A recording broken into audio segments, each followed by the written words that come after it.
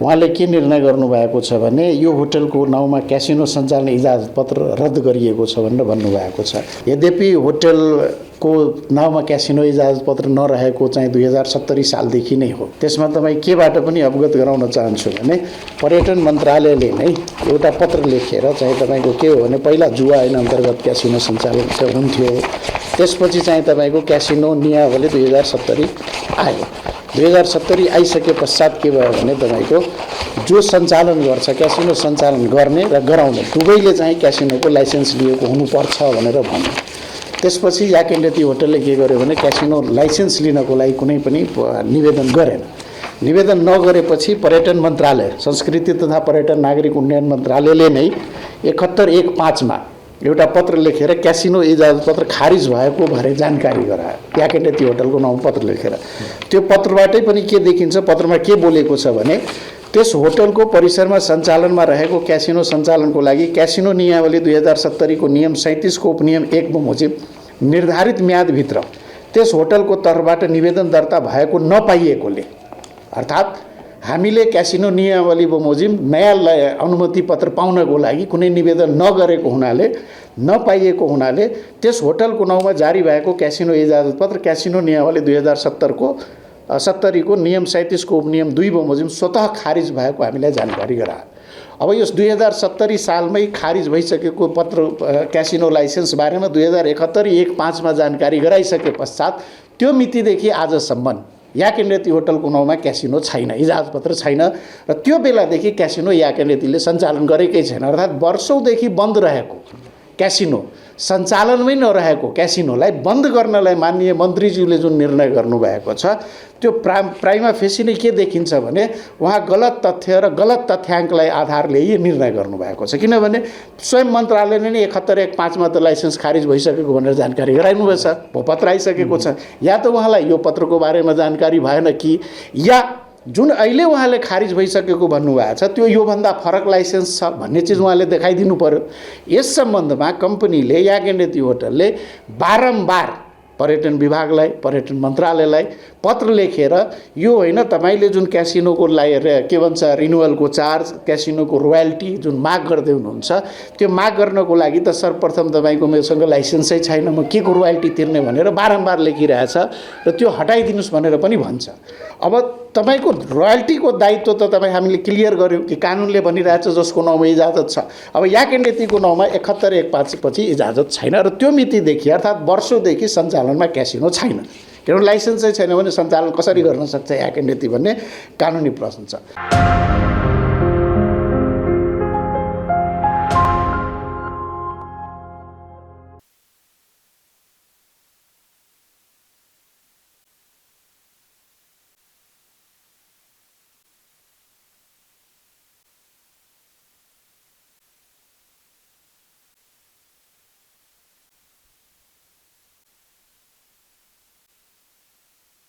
नमस्कार।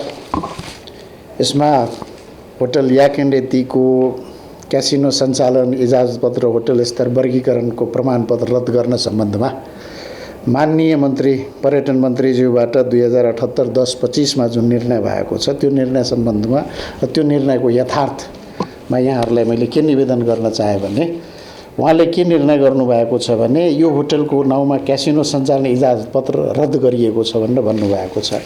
यद्यपि होटलको नाउँमा क्यासिनो इजाजत पत्र नरहेको चाहिँ 2070 सालदेखि नै हो। त्यसमा तपाईँ केबाट पनि अवगत गराउन चाहन्छु भने पर्यटन मन्त्रालयले नै एउटा पत्र लेखेर चाहिँ तपाईँको के हो भने पहिला जुवा ऐन अन्तर्गत क्यासिनो सञ्चालन हुन्थ्यो, त्यसपछि चाहिँ तपाईँको क्यासिनो नियमावली 2070 आयो। 2070 आइसके पश्चात के भयो भने तपाईँको जो सञ्चालन गर्छ क्यासिनो सञ्चालन गर्ने र गराउने दुवैले चाहिँ क्यासिनोको लाइसेन्स लिएको हुनुपर्छ भनेर भन्यो। त्यसपछि याकेन्डेती होटलले के गर्यो भने क्यासिनो लाइसेन्स लिनको लागि कुनै पनि निवेदन गरेन। निवेदन नगरेपछि पर्यटन मन्त्रालय, संस्कृति तथा पर्यटन नागरिक उन्नयन मन्त्रालयले नै 71/1/5 मा एउटा पत्र लेखेर क्यासिनो इजाजत पत्र खारिज भएको भएर जानकारी गरायो। याकेन्डेती होटलको नाउँ पत्र लेखेर त्यो पत्रबाटै पनि के देखिन्छ, पत्रमा के बोलेको छ भने त्यस होटलको परिसरमा सञ्चालनमा रहेको क्यासिनो सञ्चालनको लागि क्यासिनो नियमावली 2070 को नियम 37 को उपनियम 1 बमोजिम निर्धारित म्यादभित्र त्यस होटलको तर्फबाट निवेदन दर्ता भएको नपाइएकोले, अर्थात् हामीले क्यासिनो नियमावली बमोजिम नयाँ अनुमति पत्र पाउनको लागि कुनै निवेदन नगरेको हुनाले, नपाइएको हुनाले त्यस होटलको नाउँमा जारी भएको क्यासिनो इजाजत पत्र क्यासिनो नियमावली 2070 को नियम 37 को उपनियम 2 बमोजिम स्वतः खारिज भएको हामीलाई जानकारी गरायो। अब यस 2070 सालमै खारिज भइसकेको पत्र क्यासिनो लाइसेन्स बारेमा 2071-1-5 मा जानकारी गराइसके पश्चात त्यो मितिदेखि आजसम्म याकेन्डेती होटलको नाउँमा क्यासिनो छैन, इजाजत पत्र छैन र त्यो बेलादेखि क्यासिनो याकेन्डेतीले सञ्चालन गरेकै छैन। अर्थात् वर्षौँदेखि बन्द रहेको क्यासिनो, सञ्चालनमै नरहेको क्यासिनोलाई बन्द गर्नलाई माननीय मन्त्रीज्यूले जुन निर्णय गर्नुभएको छ त्यो प्राइमा फेसी नै के देखिन्छ भने उहाँ गलत तथ्य र गलत तथ्याङ्कलाई आधारले यो निर्णय गर्नुभएको छ। किनभने स्वयं मन्त्रालयले नै 71-1-5 मा त लाइसेन्स खारिज भइसकेको भनेर जानकारी गराइनुभएछ, पत्र आइसकेको छ। या त उहाँलाई यो पत्रको बारेमा जानकारी भएन कि या जुन अहिले उहाँले खारिज भइसकेको भन्नुभएको छ त्यो योभन्दा फरक लाइसेन्स छ भन्ने चिज उहाँले देखाइदिनु पर्यो। यस सम्बन्धमा कम्पनीले याकेन्डेती होटलले बारम्बार पर्यटन विभागलाई, पर्यटन मन्त्रालयलाई पत्र लेखेर यो होइन तपाईले जुन क्यासिनोको के भन्छ रिन्युअलको चार्ज, क्यासिनोको रोयल्टी जुन माग गर्दै हुनुहुन्छ त्यो माग गर्नको लागि त सर्वप्रथम तपाईको मेसँग लाइसेन्सै छैन, म के को रोयल्टी तिर्ने भनेर बारम्बार लेखिरहेछ र त्यो हटाइदिनुस् भनेर पनि भन्छ।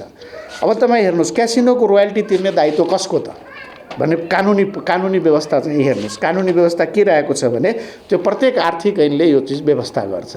आर्थिक ऐनले के भन्छ भने क्यासिनो रोयल्टी नेपालमा रहेका क्यासिनो सञ्चालन गर्न इजाजत पत्र प्राप्त व्यक्ति, नेपालमा रहेको क्यासिनो सञ्चालन गर्न इजाजत पत्र प्राप्त व्यक्ति वा संस्थाले क्यासिनो सञ्चालन गरे बापत वार्षिक 4 करोड रुपैयाँ या प्रत्येक आर्थिक वर्षले तोकेको त कसले तिर्नु पर्यो? जसको नाउँमा इजाजत पत्र छ।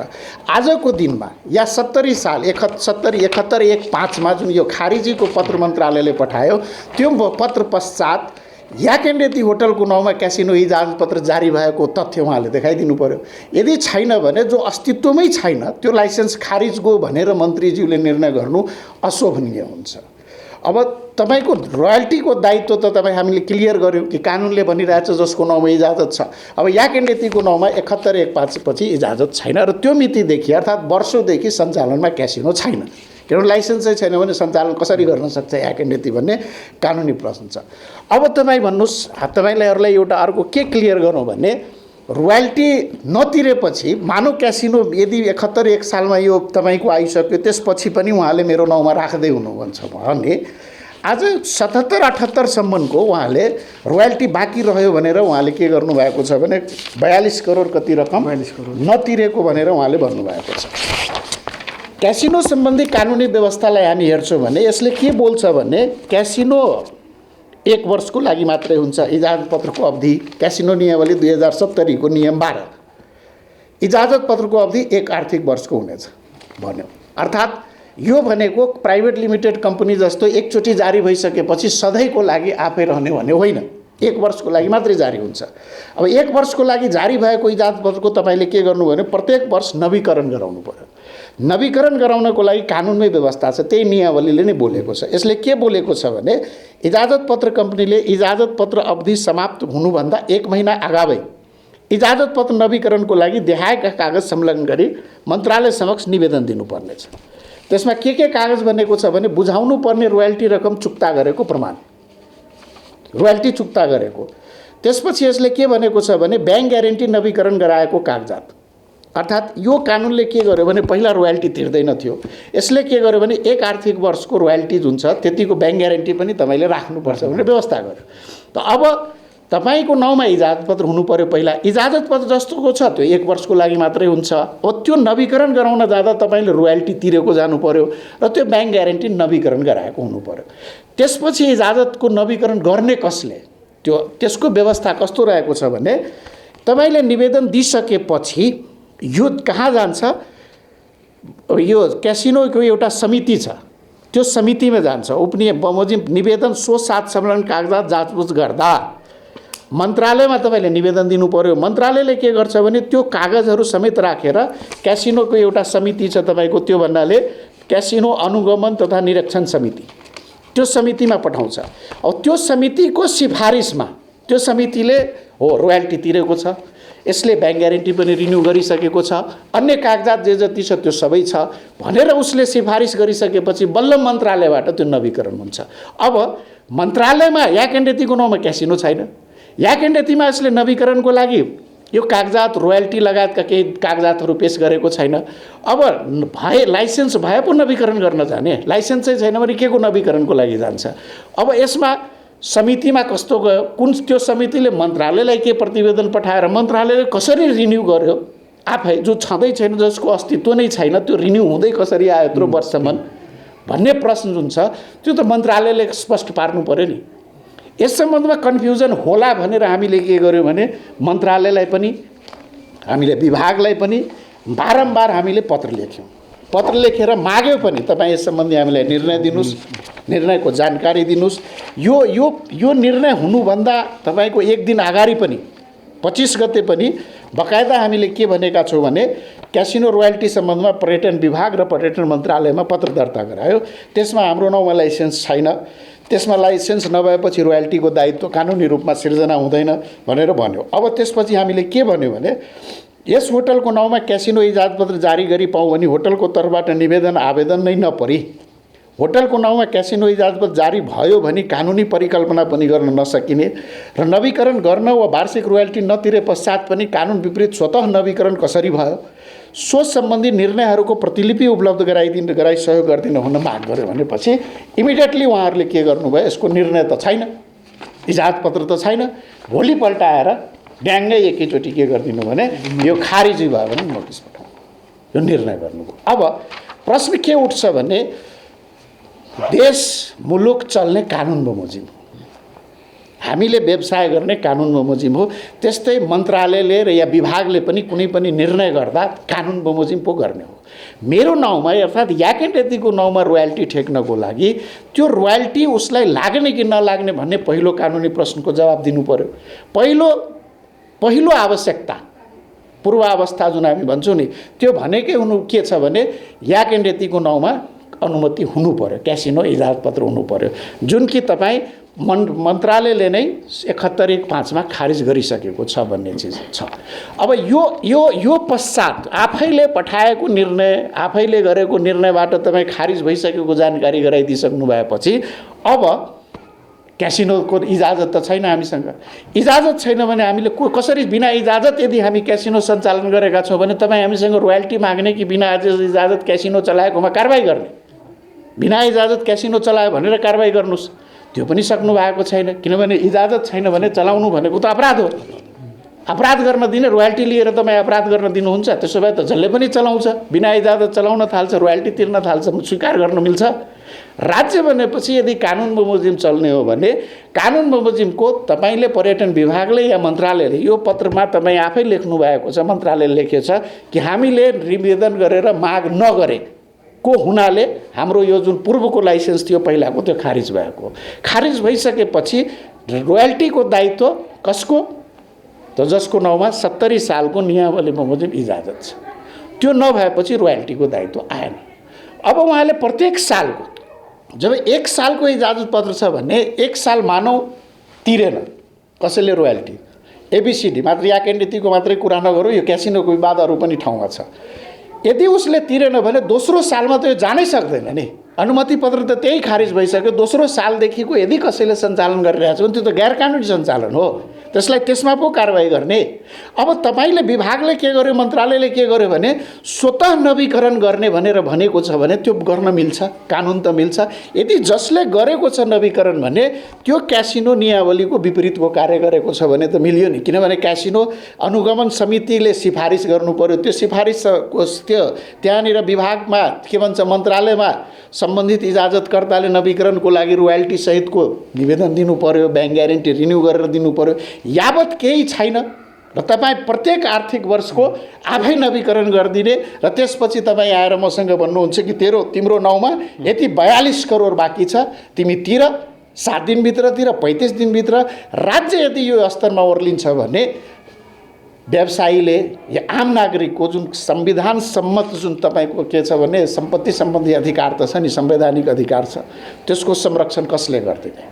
त्यसपछि दोस्रो प्रश्न उठ्छ तपाईको, संविधानले नै भनेको छ, नेपाल संविधानको धारा 115 मा छ, कानुन बमोजिम बाहेक कर लगाउन र उठाउन पाइने छैन। अब यो कुन कानुन बमोजिम तपाईँ मलाई कर लगाउनु भयो, रोयल्टी लगाउनको लागि कुन कानुन अन्तर्गतको छ? मन्त्रालयको जति पनि निर्णय तपाईँ हेर्नुहुन्छ त्यसमा कहीँ पनि उल्लेख भएको छैन कि तपाईँको नाउँमा यो मितिमा जारी भएको यो नम्बरको इजाजत पत्र बापतको रोयल्टी तपाईँमाथि बाँकी छ। तपाईँ त्यो भन्न किन सकिरहनु भएको छैन भन्ने चिज त राज्यले कुनै कारबाही गर्दा मलाई सन्तुष्ट गर्नु पर्यो कि परेन। मैले सूचनाको हक सम्बन्धी अनुरोध गरेर त्यो कानुनी व्यवस्था राखेर मैले तपाईसँग निर्णयको कपी माग्छु। राज्यले यदि मलाई क्यासिनो दिएकोलाई इजाजत दिएको छ भने त्यो निर्णय दिनुहोस्। राज्यले मेरो नवीकरण मैले मागै नगरेको रोयल्टी मैले नतिरे पनि कसरी नवीकरण गर्दै गयो त्यो मलाई दिनुहोस् भनेर माग गर्दा तपाईले मसँग 42 करोड माग्नुहुन्छ भने 42 करोडको लागि निर्णय हुनु पर्यो कि परेन? बिना निर्णय कुनै पनि राजस्व उठाउन पाइन्छ? त्यो त के भइहाल्यो भने कानुन बमोजिम बाहेक कर लगाउन र उठाउन नपाउने।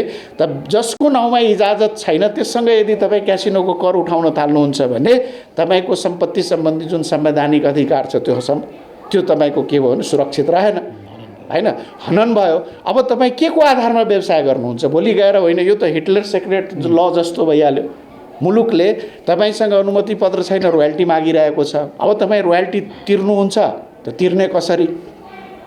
नतिर्नुहुन्छ भने तपाईँको लाइसेन्स खारिज हुन्छ, बन्द हुन्छ। अब कोभिडको अवस्था छ। कोभिडको बेलामा पर्यटन व्यवसाय तपाईँको पछिल्लो 2 वर्षदेखि धाराशायी भइसकेको छ। नेपालको आर्थिक मेरुदण्ड भनेको पर्यटन व्यवसाय नै थियो। यसमा डलर चाहिँ तपाईँको आउँथ्यो, विदेशी पर्यटकहरू आयो। अब जब तपाईँको 2 वर्षदेखि धाराशायी भइसकेको अवस्था छ, यो होटललाई नै नेपाल सरकारले निर्णय गरेर तपाईँको क्वारेन्टाइन प्रयोजनको लागि सूचीकृत होटलको रूपमा यसलाई राखेको छ।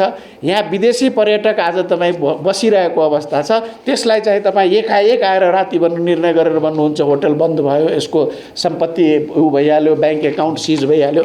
यसमा कार्यरत 500 मजदुरहरू छन्, यहाँ पर्यटकहरू बसिरहेका छन्। यावत कुराहरूको के हुने त? अब तपाईँ कोभिडले धराशायी भइसकेको होटललाई यसलाई झन् प्रोत्साहन दिनु पर्यो राज्यबाट। त्यसलाई तपाईँ के गरिदिनु भयो भने बन्द गर्ने जुन निर्देशन दिनुभयो भने यसबाट चाहिँ तपाईँको अन्तर्राष्ट्रिय जगतमा एउटा 5 तारे होटल बन्द हुँदा त्यो पनि माननीय मन्त्रीजीको निर्णयबाट त्यो स्तरबाट मन्त्रीज्यूले त के भन्छ अभिभावकको भूमिका पो निभाउनु पर्ने। मन्त्रीजीलाई चित्त बुझेन, मन्त्रीजीले हामीसँग त बोलाएर हैन तपाईँ कागज सहित आउनुहोस्, किन तपाईँ तिरिरहनु भएको छैन? राज्यमा कारबाही के भन्छ व्यवसाय गरेपछि म कर तिर्दिनँ भन्न पाउँछ कसैले? राजस्व तिर्दिनँ भनेर भन्न पाउँछ कसैले? मन्त्री हामीले यत्रो निवेदन आइरहेछ, तपाईँ हामीले यत्रो सूचना निकालिरहेछौँ, तपाईँले पनि यस किसिमको जवाब दिइरहनु भएको छ। साँच्चै के हो त विवादलाई आउनुहोस् त हामी हेरौँ भनेर बुझ्नुपर्ने, अभिभावकत्व निभाउनु पर्नेमा के भयो भने आज हामी राज्यबाट त्यस किसिमको भूमिका नपायौँ। त्यो भूमिका नपाएपछि के भयो भने अलिकति हामीलाई खल्लो महसुस भएको छ कि राज्य चाहिँ यो स्तरमा ओर्लिनु हुँदैन। इजाजत छैन र पनि तपाईँ रोयल्टी तिर्नुपर्छ भनेपछि अब यहाँहरूले नै भन्नुहोस् हामी न्याय कोबाट पाउने, कहाँ पाउने भन्ने यो गम्भीर प्रश्न आज आइसकेको छ राज्यको अगाडि, यो व्यवसायीको अगाडि। आम नागरिक भोलि यस्तै अवस्था त आम नागरिकलाई पनि हुन सक्छ। सम्पत्तिको अधिकार चाहिँ तपाईँको, व्यवसायको अधिकार चाहिँ तपाईँको असंरक्षित भइहाल्यो।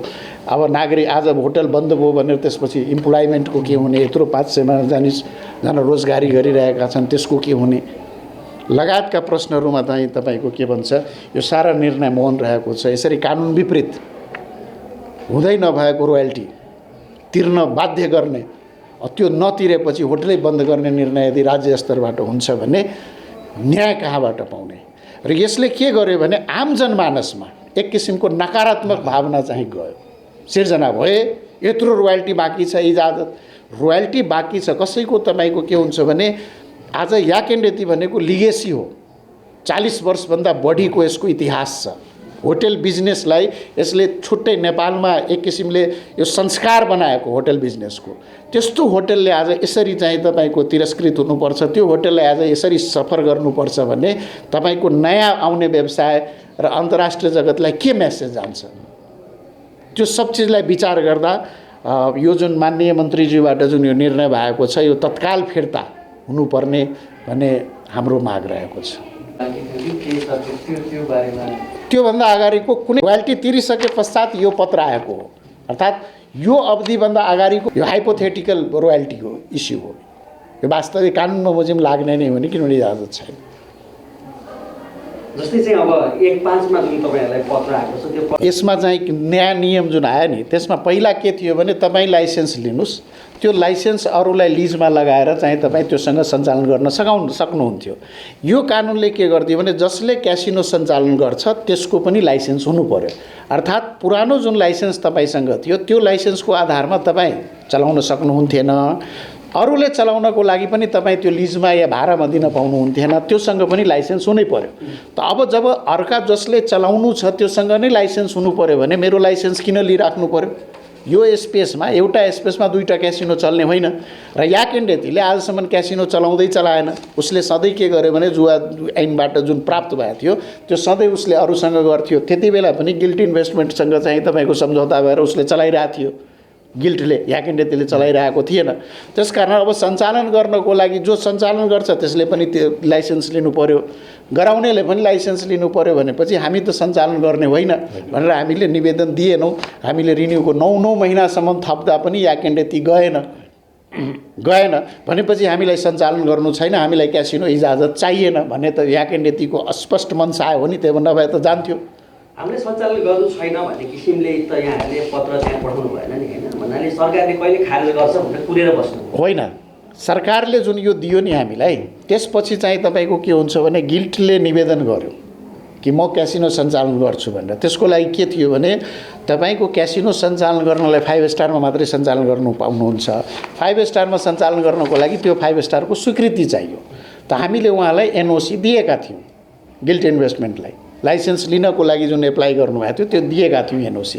भनेपछि त्यो त अर्को कम्पनी त्यहाँ चलाउँछु भनेर लाइसेन्सको लागि आवेदन गरेको छ, त्यही ठाउँमा हामीलाई गर्नुभएको त हामी आफ्नो निवेदन दिन्थ्यौँ। हामीले उहाँलाई एनओसी दिएथ्यौँ। पछि उहाँले कानुनसम्मत तरिकाले क्यासिनो सञ्चालन गर्न सक्नु भएन, उहाँले लाइसेन्स पनि पाउनु भएन। त्यो लाइसेन्सको जुन प्रक्रियामै थियो त्यति बेला त्यसै बेला हामीले के गर्यौँ भने एनओसी उहाँबाट विथड्र पनि गरिसक्यौँ कि हामीले तपाईँलाई एनओसी दिँदैनौँ, यो परिसरमा तपाईँ चलाउन सक्नुहुन्न, हाम्रो परिसरमा तपाईँ क्यासिनो चलाउन पाउनुहुन्न भनेर हामीले दिएको विथड्र एनओसी पनि फिर्ता लियौँ। त्यो फिर्ता लिएको जानकारी फेरि हामीले मन्त्रालय विभाग सबैलाई दियौँ कि हामीले गिल्ट इन्भेस्टमेन्टलाई दिएको एनओसी फिर्ता लिइसकेका छौँ भनेर। त्यसपछि त याकेन्डेतीको थप क्लियर भइहाल्यो नि पुरै कि उसले आफ्नो परिसरमा आफू पनि चलाइरहेको छैन, उसको नाउँमा इजाजत छैन, अरूलाई जुन एनओसी दिएको थियो त्यो पनि फिर्ता लिइसक्यो भनेपछि यो परिसरमा त त्यही बेलादेखि वर्षौँदेखि त बन्द रहेको छ, क्यासिनो सञ्चालनमा छैन। कानुनसम्मत रूपमा हामी कहीँ पनि चुकेका छैनौँ भन्ने कुरा पनि स्पष्ट हुन्छ यहाँ। कुन कानुन बमोजिममा हामी चुकेका छौँ भने त देखाइदिनु पर्यो नि। कानुनसम्मत तरिकाले हामी लाइसेन्स लिनको लागि आवेदन गर्नु पर्थ्यो, हामी लाइसेन्स लिनको लागि आवेदन गरेनौँ। दिएका एनओसी पनि हामी फिर्ता लिइसक्यौँ। तपाईँले 72/20 भन्नुभयो कि बन्द गर क्यासिनो, हामीले भन्यो हाम्रो क्यासिनो बन्द छ, आज तपाईँहरू पनि गएर हेर्नुहोस् त्यो क्यासिनो बन्द रहेको छ, त्यहाँ केही छैन। त्यसपछि कानुन बमोजिमको के गर्नुपर्ने कार्य हामीले गरेनौँ भन्ने चिज त भनिदिनु पर्यो नि। तपाईँले यो गर्नु भएको छैन त्यस कारण तपाईँलाई यो कसुरमा हामी सजाय गर्छु भन्नु पर्यो। उल्टो त्यो भन्न नसक्ने हामीलाई के गर्ने, तपाईँलाई क्यासिनोको रोयल्टी तिर्नु पर्ने भन्ने, यो कसरी, यो कुन कानुन बमोजिम, हामीले यो दायित्वको सिर्जना कुन कानुन बमोजिम भएको? यहाँको विचारमा मन्त्रालयबाट जुन आएको छ निर्णय यो के हिसाबले आयो त? पूर्वाग्रही हिसाबले आयो अथवा यो के हिसाबले आयो? यो नितान्त पूर्वाग्रही छ र पूर्वाग्रह राख्नुपर्ने फेरि कारण हामीलाई थाहा छैन। किन मन्त्रालय हामीबाट यसरी पूर्वाग्रही भयो भन्ने चिज हामीलाई थाहा भएन। किनभने नियमित रूपमा याकेन्डेती होटलले आफूले व्यवसाय गरे बापतको जे जति राजस्व छ त्यो सम्पूर्ण नियमित रूपमै तिर्दै बुझाइदिएर आइरहेको छ। यस्तो बेलामा यसरी पूर्वाग्रही भई निर्णय गर्नुपर्ने कारण र आधार हामी कसरी भन्न सक्छौँ? हामी त मर्माहत भएका छौँ। यो त हाम्रो लागि अनपेक्षित छ, हामी यो अपेक्षै गरेका थिएनौँ। यस्तो बेलामा एकैचोटि चाहिँ होटलै बन्द गर्नुहोस् भनेर मन्त्री स्तरबाट यस्तो निर्णय हुन्छ भनेर यो कल्पनाभन्दा बाहिरको कुरा हो। हाम्रो चाहना भनेको यो निर्णय सरकारले तत्काल फिर्ता लिनु पर्यो, होटललाई पूर्ववत सञ्चालन गर्न दिनु पर्यो। जुन हाम्रो नाउँमा उहाँको तथ्य र तथ्याङ्क गलत हुनसक्छ, उहाँलाई ब्रिफ भएको गलत हुनसक्छ, यो गलत तथ्याङ्कबाट जुन यो प्रक्रिया अगाडि बढेको छ यो फिर्ता लिनु पर्यो। कानुनसम्मत हिसाबमा यहाँ ठिक हुन्छ भने यसको कुनै कानुनी समाधान निक्लिँदैन? यसको कानुनी समाधान भनेको अब तपाईँको के हुन्छ भने निर्णय उपर हामी अदालत जानु पर्यो या त उहाँले फिर्ता लिनु पर्यो। दुईटा बाहेक तेस्रो विकल्प त छैन। अब अदालत जानको लागि अहिले कोभिडको कारण अदालत पनि बन्द छ। र कानुन सम्मत हिसाबबाट तिर्नुपर्ने रकम केही देखेमा तिर्नको लागि त होटल तयार छ नि होइन? होइन, कानुन सम्मत रोयल्टी त तिर्नुपर्छ नि। क्यासिनोको रोयल्टी तिर्नुपर्छ भन्ने जुन तपाईँको प्रश्न छ नि, त्यसको लागि त क्यासिनोको इजाजत हुनु पऱ्यो नि पहिला। इजाजत भइसकेपछि रोयल्टी तिर्दिनँ भनेर भन्न पाउँछ, म यसरी तपाईँहरूको अगाडि बस्न पाउँछु, यी सारा कागजात मैले देखाइरहेको छु, त्यो के हो? मैले इजाजत पाएछु भने म रोयल्टी तिर्दिनँ भनेर म भन्न पाउँछु, त्यसपछि त तपाईँको निर्णय 100% सही छ। पहिला तपाईँ इजाजत देखाइदिनुहोस्, त्यसपछि मैले रोयल्टी तिरेको छैन, नवीकरण गराएको छैन भने तपाईँ त्यो सालको मात्रै मसँग लिन सक्नुहुन्थ्यो। जुन यहाँको जिज्ञासा आयो नि, तपाईँको प्रश्नको पनि यहाँनिर आयो कि क्यासिनो चाहिँ तपाईँको खारिज हुनुभन्दा पहिलाको जुन थियो त्यति दायित्व थियो भने त्यो दायित्व पनि बाँकी थियो भने रिन्यू त नहुनुपर्ने नि, त्यो कन्टिन्यू त नहुनुपर्ने नि, त्यो कसरी गयो, त्यो एक्रिउ कसरी हो भनेर प्रश्न त दिनु पऱ्यो नि। एक्रिउ हुनको लागि कानुन चाहियो नि। त्यस कारण हामीलाई दायित्व जुन लगाउनु पूर्व तपाईँले इजाजत दिएको तथ्य प्रमाणित गर्नु पऱ्यो, स्थापित गर्नु पऱ्यो, पुष्टि गर्नु पऱ्यो, या कि नैतिक गुणमा लाइसेन्स छ भन्ने चिज स्थापित गर्नु पऱ्यो।